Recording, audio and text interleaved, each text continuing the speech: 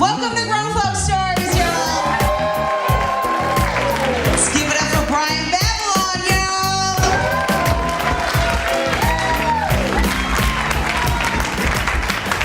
Give it up for Cara, Brigandi, always cutting up.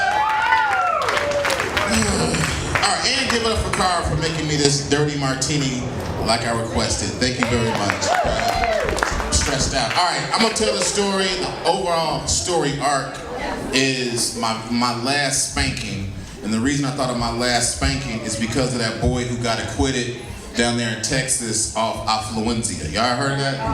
Like, the judge said he was too affluent and his parents never spanked him. He didn't know right from wrong. Then he killed some people. He at home chilling. So I'm like, damn, what was my last spanking? So here's my last spanking. And it happened when I was 14. And I had just turned 14 and had a growth spurt. So you can see where this is going. So the deal was, I had like a question. All right, don't hate or judge. Just understand where I'm coming from. I had to start taking equestrian classes from 9 years old up until I was just competitive, right? That's what it was. I had a point to prove. Okay, this is pre-basketball, pre-growth spurt, because I didn't think I had any chance of playing hoops. So I got into these horses. It's in Tinley Park. You can actually go there right now. It's a place called Forest View Farms. You can have like an hour ride for $24, 360 days a year. Check them out. So, and they also have like horse camps and equestrian, camps, and they have competitions, and I have like mugs and ribbons and shit. So I would have, practice on Tuesdays and Thursdays. And then that freshman year, when I got in high school, I started playing basketball, had a growth spurt, and then got to the sophomore team, and then got my little letter, and then I went and bought a Letterman's jacket, so I thought I was real grown. I was outgrowing that old corny-ass equestrian shit, and I was a hooper, and then I was like, man, I'm gonna stop doing this horse shit, because that's corny. But, these girls from HF started going to the horse class, and they was fine, and they was juniors, and I was trying to impress them. And I had did something where my mother told me not to wear my Letterman's jacket to the horseback riding camp. And I had been going back and forth with my mother, cutting up, being bad, and my parents got divorced. So my father said, man, if you disrespect your mother or be bad one more time, I'm gonna come back home, I'm gonna whoop your ass. Now, how many people have a father who would carry out on a whoop-ass promise? Y'all make some noise. Exactly. So you knew something was gonna happen. Either you're gonna get popped in the head or pinched or something was gonna happen.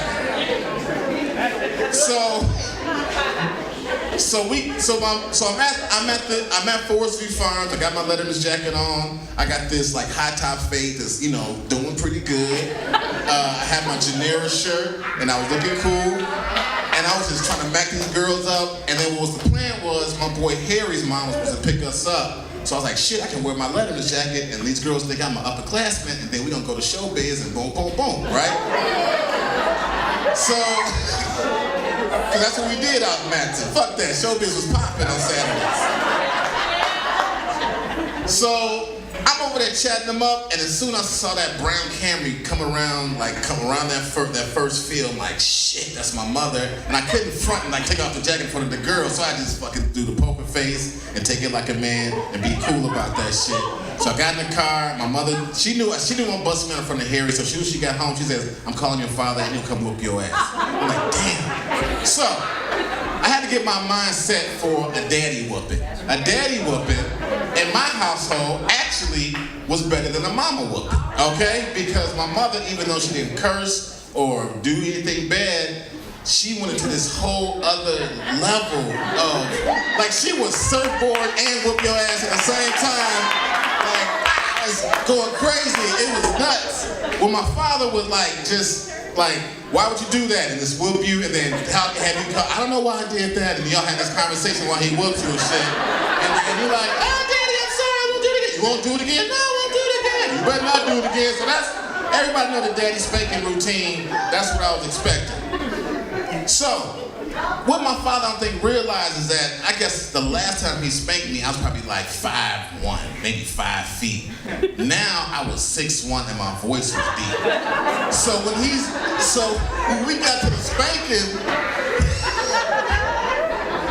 it sounded so horrible. It was like him, you gonna do it again? No, I'm not gonna do it again. It was like two men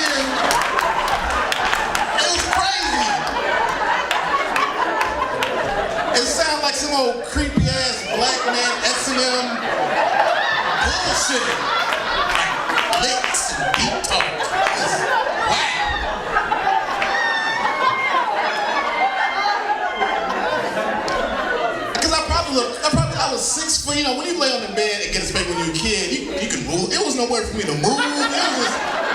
So then he didn't even finish. He was like, "Come, man, get up." He was like, "Come on, Brian, shit, man. Come on, man, shit." And I will say that was the moment that me and my father really got on the same page on parenting. And that very last spank, he's like, "I can't be whooping you, a grown ass man, dog." Hey, thank you very much for joining me.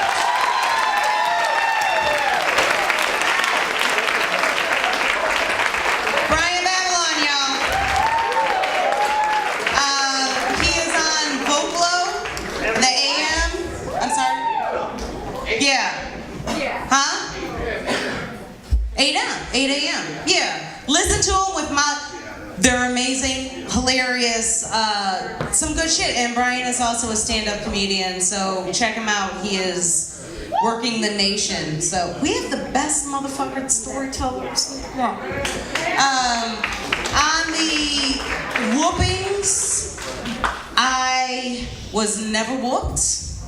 And at one point, I asked my mother to instead whoop me than the psychological fucking that she was doing, which was, I was like, "Mom, please just hit me, please."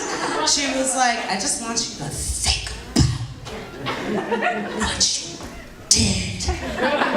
I was like, "I thought about it." She was just like, "I didn't raise a child." From like 2-year-old, like temper tantrum in the grocery store, like, "Ah!" When most people just beat their child down. My mother, I was in the midst of a temper tantrum, and we came out of it, and she was gone. This was in the grocery store, and I was like, "Ah!"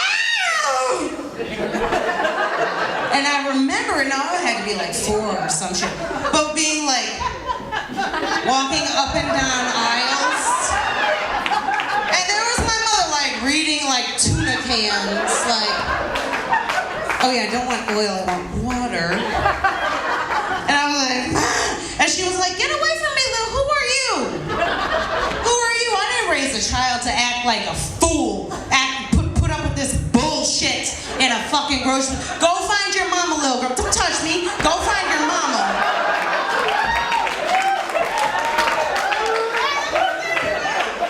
Continued on.